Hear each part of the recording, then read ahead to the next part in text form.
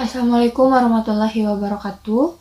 Yang terhormat Ibu Nida Mutianisa SCMA selaku dosen mata kuliah penyusunan skala psikologi dan juga teman-teman semua yang saya hormati. Pada pagi hari ini kami dari kelompok 1 yang beranggotakan saya sendiri, Luciana Stefani, dan juga rekan saya Regina Salsabila. Kami di sini akan memaparkan laporan dari hasil adaptasi alat ukur yang telah kami lakukan mengenai coping strategies for youth atau strategi coping pada remaja. Iya, baik, mungkin untuk pemaparan materi pertama akan dipaparkan oleh rekan saya Regina Salsabila. Kepada Regina Salsabila, saya persilahkan. Baik, di sini saya akan memaparkan mengenai teori dan aspek pada strategi coping.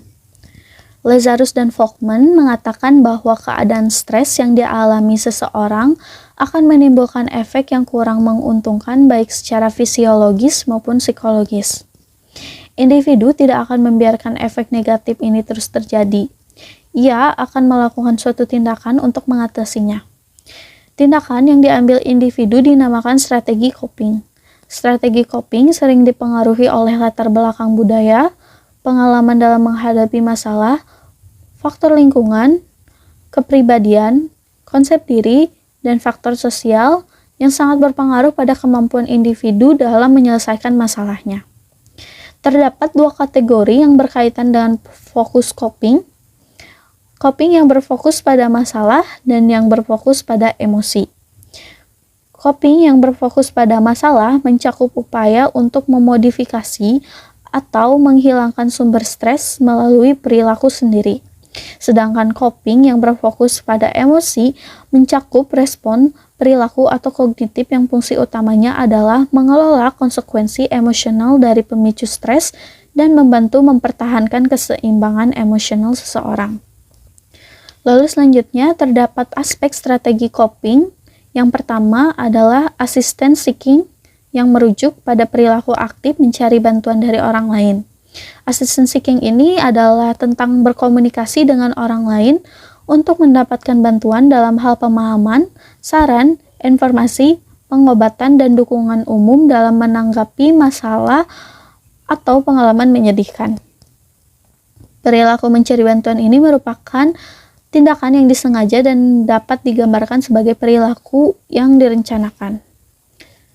Lalu yang kedua ada Active Cognitive Behavioral Strategies.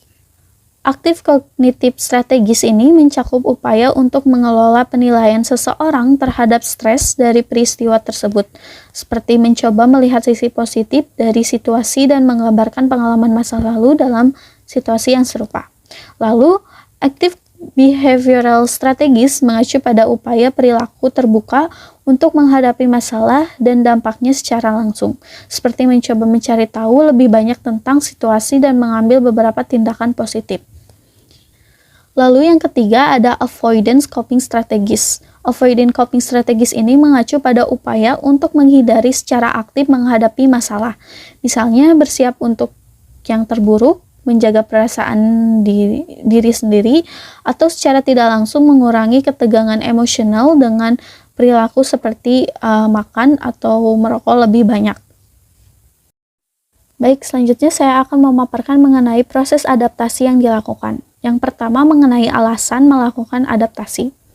Adaptasi alat ukur coping strategies for youth menjadi penting karena terdapat perbedaan dalam persepsi di negara barat dan Indonesia.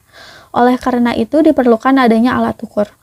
Penelitian ini dilakukan demi tujuan tersebut, dengan cara mengadaptasi alat ukur agar dapat dilakukan studi lintas budaya dengan alat ukur yang setara. Lalu yang kedua mengenai sampel penelitian dan alasan memilih sampel tersebut. Sampai saat ini, sebagian besar penelitian tentang stres dan coping banyak berfokus pada populasi orang dewasa. Namun, bukan karena remaja kurang stres dalam hidup mereka, karena jelas mereka mengalami berbagai macam stresor besar dan kecil, termasuk masalah perpisahan dan perceraian orang tua, kematian orang tua, kekerasan dalam keluarga, masalah teman sebaya, masalah akademik, dan sebagainya. Oleh karena itu, penelitian peneliti tertarik untuk mengklarifikasi lebih lanjut sifat coping selama masa remaja yang melibatkan pengembangan pemahaman langkah-langkah coping yang memungkinkan untuk perbandingan sistematis tanggapan terhadap stresor yang berbeda dan dari waktu ke waktu dalam menanggapi episode stres yang sama. Lalu selanjutnya mengenai proses adaptasi. Awalnya, peneliti tertarik untuk melakukan adaptasi alat ukur pada skala coping strategis. Lalu peneliti mencari mengenai skala tersebut dan menemukan skala coping strategis for children and youth. Setelah peneliti membaca, memahami, dan berdiskusi mengenai skala tersebut, akhirnya peneliti setuju untuk mengambil youth atau remaja sebagai responden. Peneliti berpikir bahwa akan sulit jika harus mengambil children atau anak juga sebagai responden. Setelah itu, peneliti mencari 2 expert judgment bahasa Inggris untuk membantu melakukan translasi item-item pada skala yang digunakan. Setelah itu, peneliti melakukan perbandingan dan menyimpulkan hasil sintesis dari keduanya.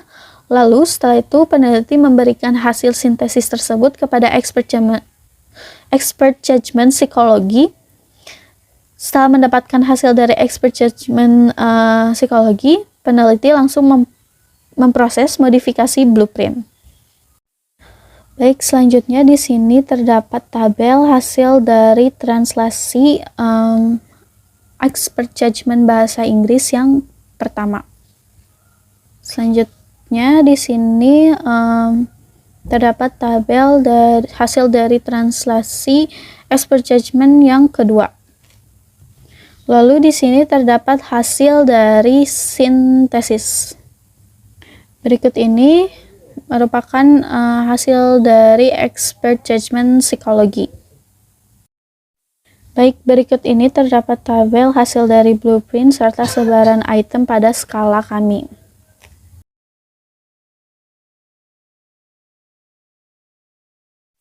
Selanjutnya ini merupakan tampilan skala yang siap diberikan kepada responden.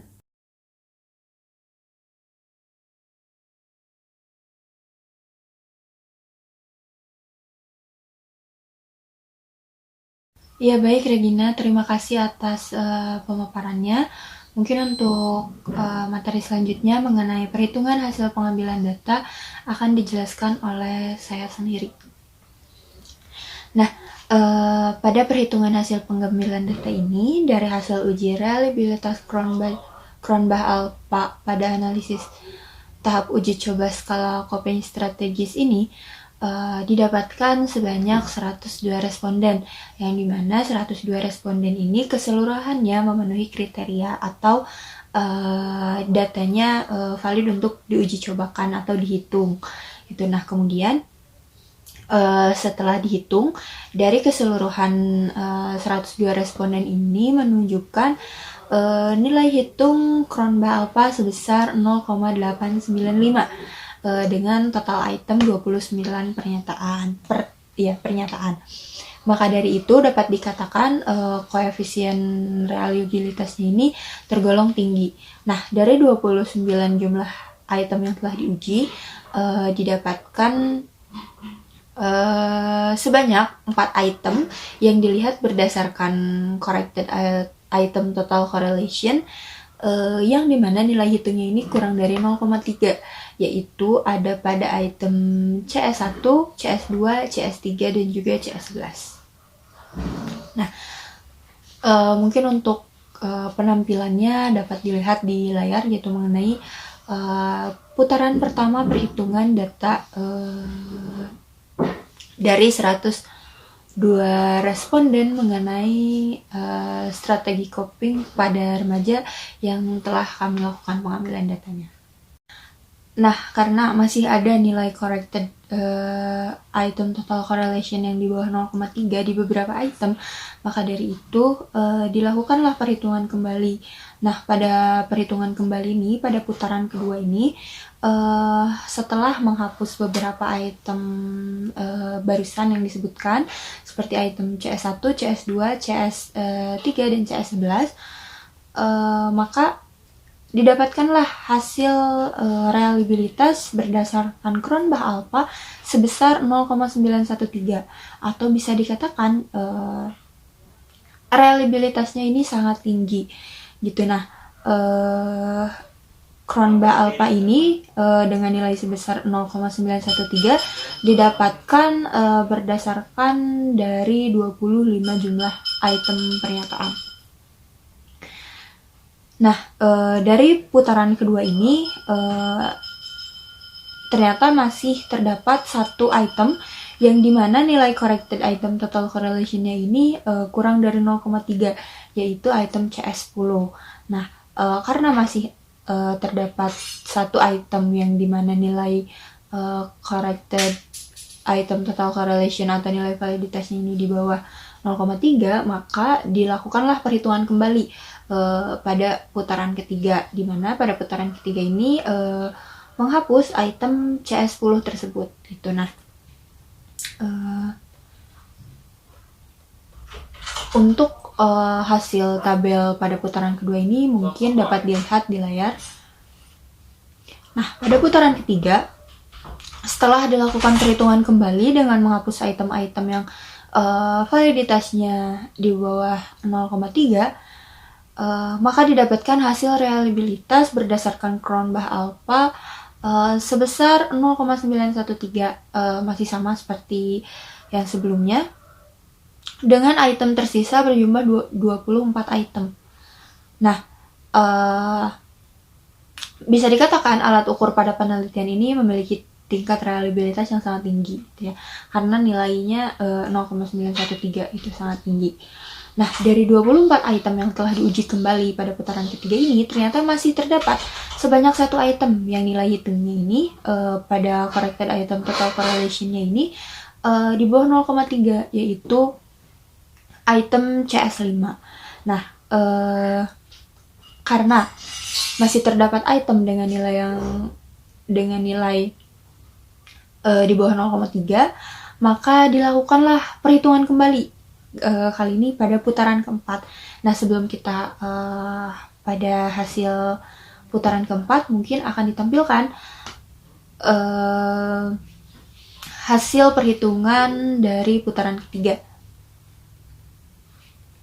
Ya, pada putaran keempat ini, setelah dilakukan perhitungan kembali dengan menghapus item-item yang validitasnya di bawah 0,3, yaitu item CS5 tadi, maka didapatkan hasil reliabilitasnya 0,914, semakin tinggi, dengan item tersisa berjumlah 23 item. Nah,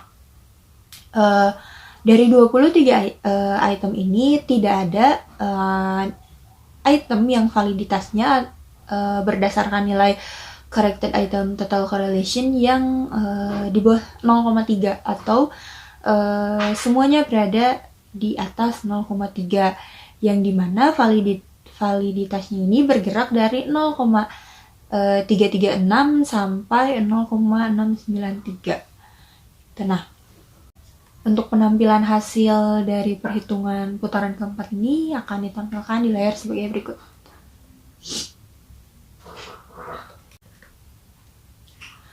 Baik, selanjutnya mungkin saya di sini akan menampilkan bagaimana blueprint dan juga sebaran item setelah dilakukan analisis data gitu, yang dimana beberapa item perlu dihilangkan. Ya baik, selanjutnya mengenai pembahasan. Nah, di pembahasan ini pertama-tama langkah awal yang kami lakukan adalah berdiskusi itu mengenai alat ukur mana yang akan kami adaptasi gitu. Nah, setelah berdiskusi dan mencari sumber-sumber, berikut sumber alat ukur yang kami adaptasi.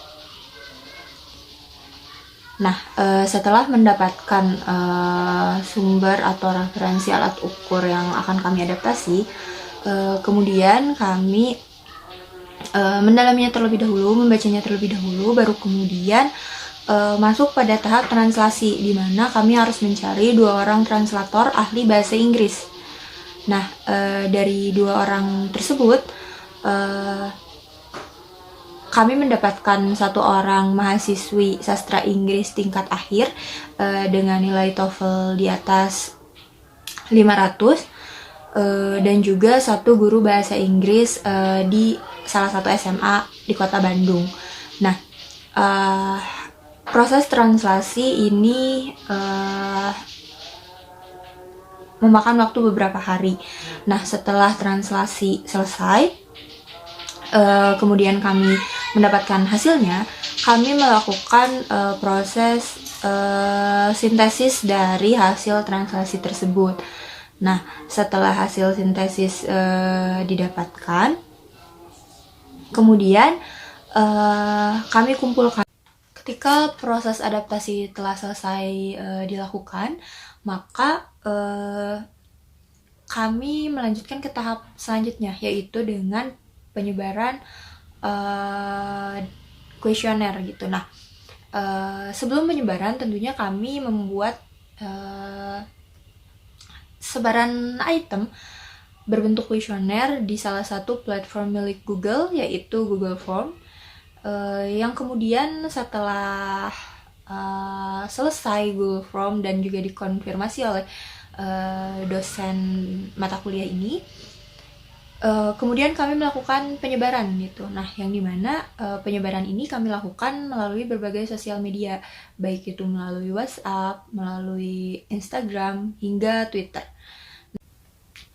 Setelah penyebaran kuesioner dilakukan, akhirnya kami mengumpulkan sebanyak 102 orang responden, yang dimana keseluruhan data responden ini sesuai gitu yang diharapkan, dan ketika dicek tidak ada responden yang tidak sesuai dengan kriteria.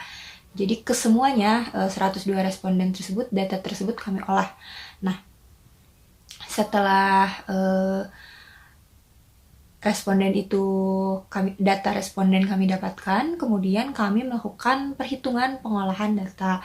Nah, yang dimana perhitungan ini dianalisis melalui aplikasi SPSS gitu, guna menguji reliabilitas dan juga validitas.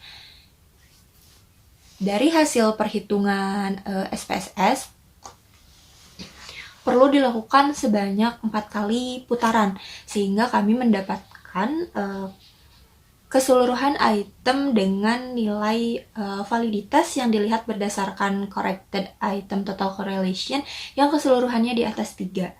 Nah, mulanya pada putaran pertama kami melakukan pengolahan data, reliabilitas yang dilihat melalui hasil nilai Cronbach alpha menunjukkan nilai sebesar 0,895, dan kemudian pada putaran keempat Cronbach alpha menunjukkan nilai sebesar 0,914 gitu, jadi semakin tinggi. Ya, kesimpulan dari hasil analisis pengujian skala strategi coping for youth atau strategi coping pada remaja menunjukkan reliabilitas dengan Cronbach alpha sebesar 0,914. Reliabilitas tersebut didapatkan dari hasil membuang 6 buah item dengan nilai corrected item total correlation atau nilai validitasnya yang kurang dari 0,3. Nah, hal itu didapatkan berdasarkan 4 kali putaran perhitungan, yaitu pada putaran pertama membuang item CS1, CS2, CS3, dan CS11. Kemudian pada putaran kedua item CS10 dibuang, dan pada putaran ketiga item CS5 dibuang. Sehingga dari keseluruhan jumlah total item sebanyak 29, kemudian menjadi 23 item.